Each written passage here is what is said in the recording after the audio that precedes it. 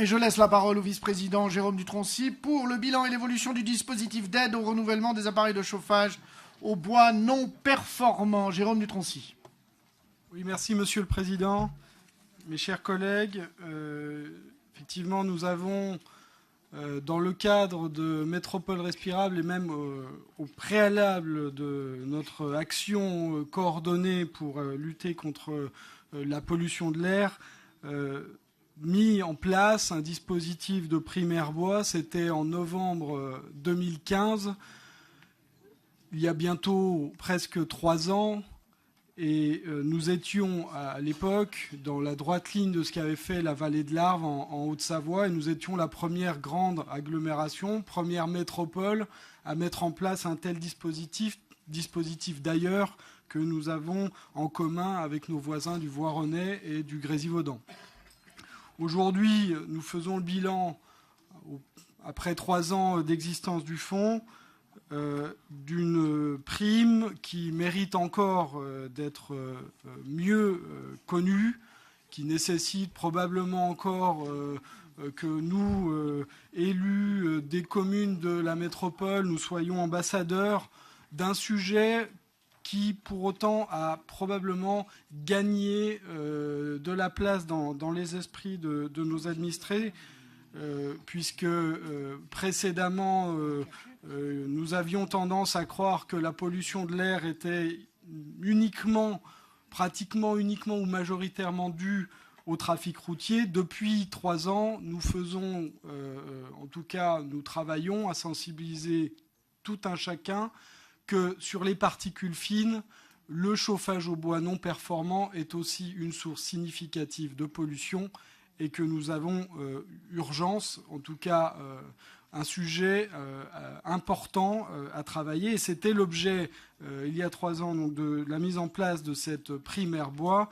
Elle s'accompagne évidemment d'un travail de fond sur à la fois les appareillages, la filière économique qui vise effectivement les foyers à utiliser du bois de bonne qualité, du bois sec, à aussi sensibiliser les habitants à de meilleures pratiques en termes de chauffage au bois. Aussi, évidemment, parce que c'est nécessaire, l'appareillage n'étant pas la seule source de pollution, nécessaire de sensibiliser à l'entretien de ces installations et à leur ramonage régulier.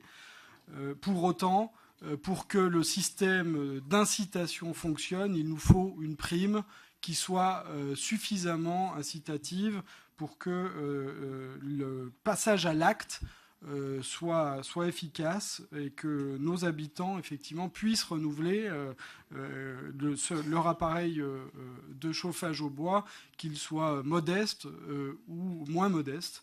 Et donc c'est aujourd'hui pour moi une occasion, en tout cas j'ai plaisir à vous proposer, unanimement je l'espère, de passer d'un montant de 800 € socle à un montant de 1 600 € pour effectivement l'ensemble des ménages, bonifié toujours pour les ménages modestes et très modestes, jusqu'à hauteur de 2 000 €. Ce qui reviendrait de manière générale à un reste à charge beaucoup plus réduit pour les familles, pour les ménages, et permettant toujours effectivement d'inciter à un renouvellement le plus rapide possible sur notre territoire d'un nombre d'appareillages de chauffage au bois et de foyers ouverts sur notre territoire qui était estimé il y a 3 ans à environ 15 000. Aujourd'hui, c'est toujours dans les mêmes termes que nous objectivons ce travail. Nous cherchons toujours à aller plus vite que le renouvellement tendanciel de ces appareillages. Voilà. L'action, évidemment, donc, ne reste pas simplement sur la question de la prime. Nous renouvellerons et nous améliorerons aussi la manière de communiquer sur ce chauffage au bois non performant. Dire que ça constitue évidemment une action pour la qualité de l'air, mais plus largement pour la question climatique, puisque évidemment le bois est une ressource renouvelable et ne produisant en tout cas une production réduite de gaz à effet de serre. C'est aussi une manière de travailler sur l'aspect précarité énergétique, puisque un appareil aujourd'hui sur le marché est beaucoup plus performant en termes énergétiques, permet aux ménages de consommer beaucoup moins de combustible et donc de faire des économies substantielles aussi sur leur facture énergétique. Enfin, le confort et la sécurité vis-à-vis des dangers que représentent des vieilles installations dans les maisons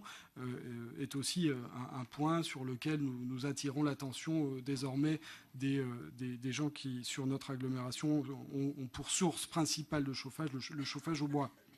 Bien, nous avons, dans cette délibération, rappelé évidemment que nous travaillons sur la filière bois de manière générale. Je rappelle que nous avions, dans le cadre de notre travail conjoint au Parc du Vercors, TEPOS, TEPCV, des actions en direction des professionnels et notamment des professionnels du bois-bûche.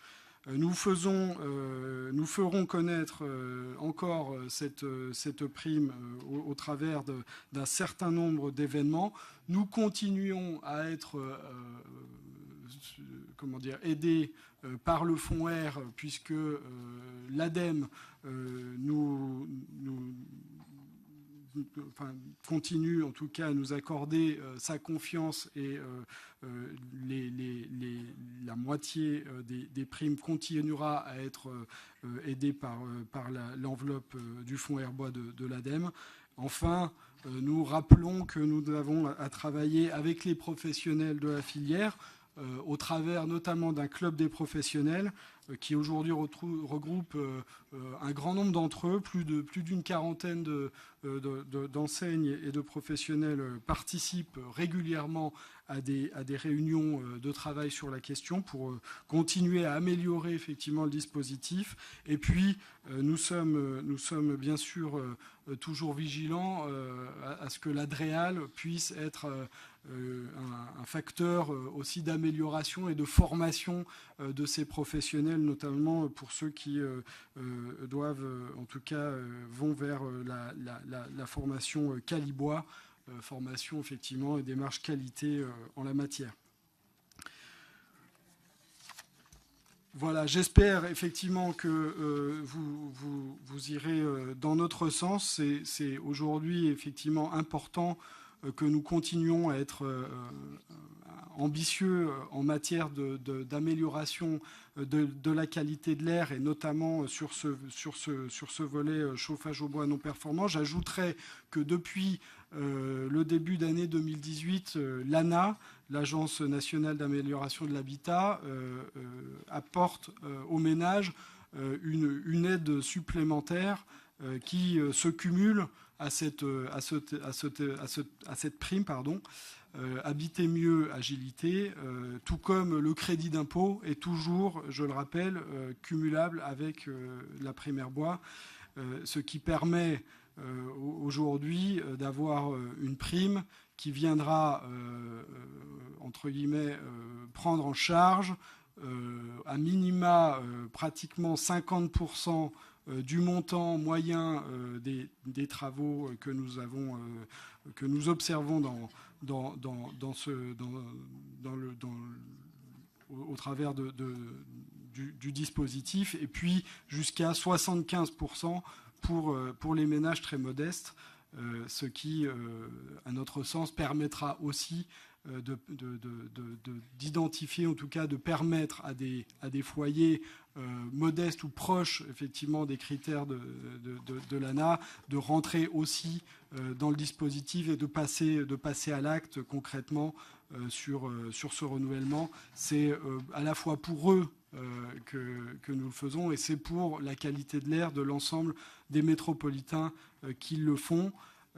Voilà, j'en termine en saluant évidemment l'Agence locale de l'énergie et du climat, puisque c'est l'agence qui est aujourd'hui opérateur et qui instruit techniquement ces dossiers avant que nous puissions les instruire ici à la métropole. Et ils font un travail de fond très utile, et ils continueront évidemment à le faire dans les années à venir, voilà, pour, encore une fois, améliorer la qualité de l'air de l'ensemble des métropolitains, puisque les particules fines, je le rappelle, n'ont pas de frontières, elles se diffusent dans l'ensemble du territoire, touchent plus de 90% des habitants de l'agglomération de manière chronique, et c'est une nécessité, une urgence de travailler sur ce point et de faire que effectivement le dispositif soit à la fois simplifié et le plus efficace possible.